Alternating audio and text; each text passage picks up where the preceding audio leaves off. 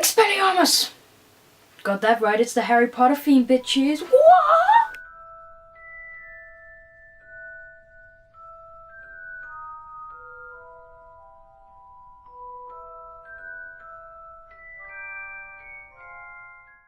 Okay, welcome. Well, obviously, because this week, Friday, Deathly Hallows Part 2 is coming out. It will be the last Harry Potter movie that we will see, unless, of course, J.K. Rowling writes a new book and then they make a movie of that, but that probably won't happen. So, everyone's rejoicing, all Harry Potter fans all over the world, and most of us are Harry Potter fans, so we're all rejoicing too on the channel of the time of the squad of the vloggers, such as myself. Today's Monday vlog, and I'm going to talk a bit about Harry Potter.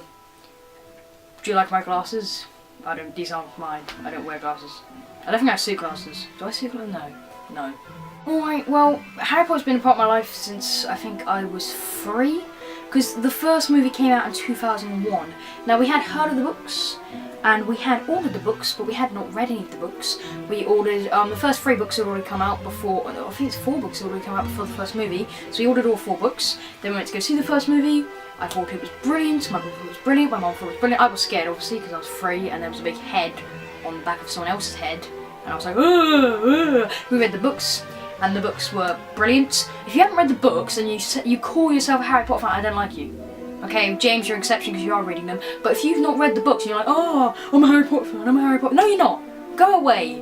Now, I think the thing I love about Harry Potter, I don't even know what it is. There's just something about it. I've always liked magic. I mean, I'm really into King Arthur and the whole Merlin sort of thing. And I like Skullduggery Pleasant. That's the thing about a detective who's a skeleton detective who is also a magician, blah blah blah. Magic and stuff interests me. But I think it's the fact that I love the whole school theme as well, because obviously when everyone's going through school, kind of, you know, it's so different to what we used to. We all wish school could be like Hogwarts. We could be learning spells and stuff. We have to learn, you know, algorithms, algebra and stuff, and maths instead.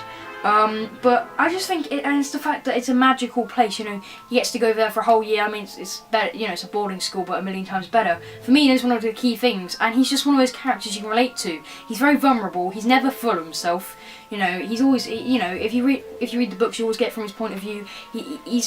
Harry is just, he's a very good character, and, you know, everyone loves Harry. He's not my favourite character, but he's just, you know, Harry he's a really good character. He hasn't really got many faults, although he's quite, you know, sometimes he cares about people too much, like cares about his friends too much. Like that whole thing in the Triwizard Tournament, the lake scene. So I keep twiddling this one, but it's very distracting. Like that lake scene, when he tries to save them all. I mean, that's just stupid. I mean, you know, if they don't save them, it's their fault, isn't it? Best book by far has to be Harry Potter 7. Look at it, adult edition, child edition. They're exactly the same. There's no difference with all these adults like, oh, I've read the adult edition, they're exactly the same, just that's got a kind of cool front cover with the locket on it, and that's the kids one when they're breaking out of Gringotts. Oh wait, you guys don't know that if you haven't read the books. Why haven't you read the books? Because you're stupid, that's why. You need to read the books. Read them. Go read it now. I don't care. If you work hard, you can read it in 3 days. My mum read, you know, Order of the Phoenix in 1 day, so take that up, yeah, and just go away. You know, I love the 7th book. I mean, all the other ones are good, but I think the reason people liked it so much is the fact you've had, like, you know, so many years of reading the previous 6 books. They're all the same sort of thing. You have the Dursleys in the at the beginning, then you have the school, blah blah blah. Something happens, so you know it's going to happen. He has to work it out. Then you're going to have a pivotal point when something goes wrong, or when his friends, someone dies or something. I don't know, or you know something bad happens. Then you know you meet something to Voldemort, some big plot at the end of that. At the end of the movie, everyone's safe. It's like, oh, I'll see you next year. So everyone's got used to the whole school lessons, blah blah blah. But then the 7th one, you know, there's no Hagrid, there's no Dumbledore, he's dead. Everyone he's close to is dead.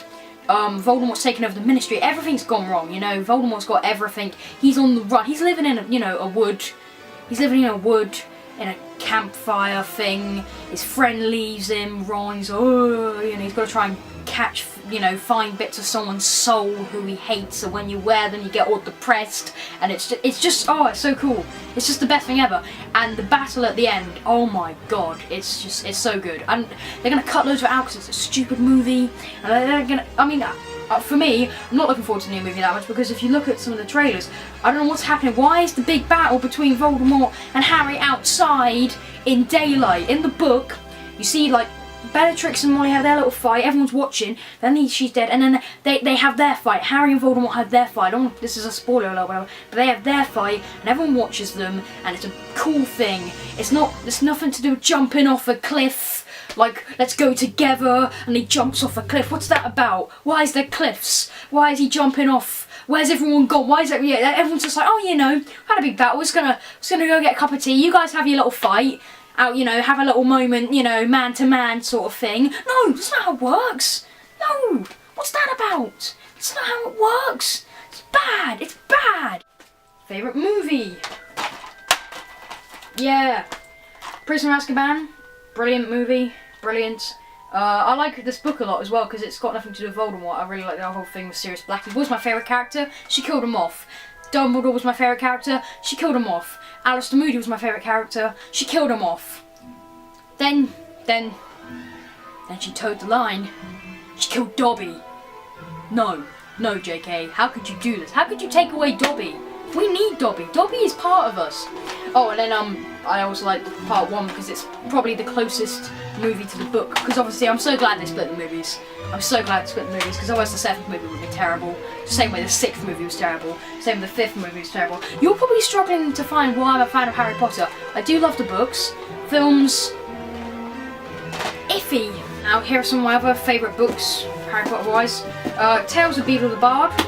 That's good because you know that's where the Three Brothers story comes from, and definitely has part 1. It's got other fairy tales like, well, where is there a contents? I don't think there is. Yes, there is. The Wizard and Hopping Pot, Fountain of Fair Fortune, Warlock's Hairy Heart, Babbity Rabbity and the Crackling Stump, and the Tale of Three Brothers. The Hairy Heart one's quite weird. Quite weird, really. And then so you think you know Harry Potter? This is a brilliant book. Because if you get those people who say they know Harry Potter, like, oh yeah, I'm a real good fan, but they haven't read the books, this will destroy them, because pretty much every question is questions from the book. I mean, some of them you'll be able to answer if you know from the movies, like the easy questions. Once you get to hard, even I can't answer some of these questions, they're really hard. We pick most of the easy ones out for our questions from the Warner Brothers, from this book, but it's a really good book. Get it, test your friends. And then we also got this before the 7th book came out. What will happen in Harry Potter 7? This is stuff that people gathered, information they're expecting to find out, stuff like, you know, find out about Snape's life in here, more about Dumbledore, just predictions. I read that before the 7th book came out. It's alright, it wasn't official or anything, so it was a bit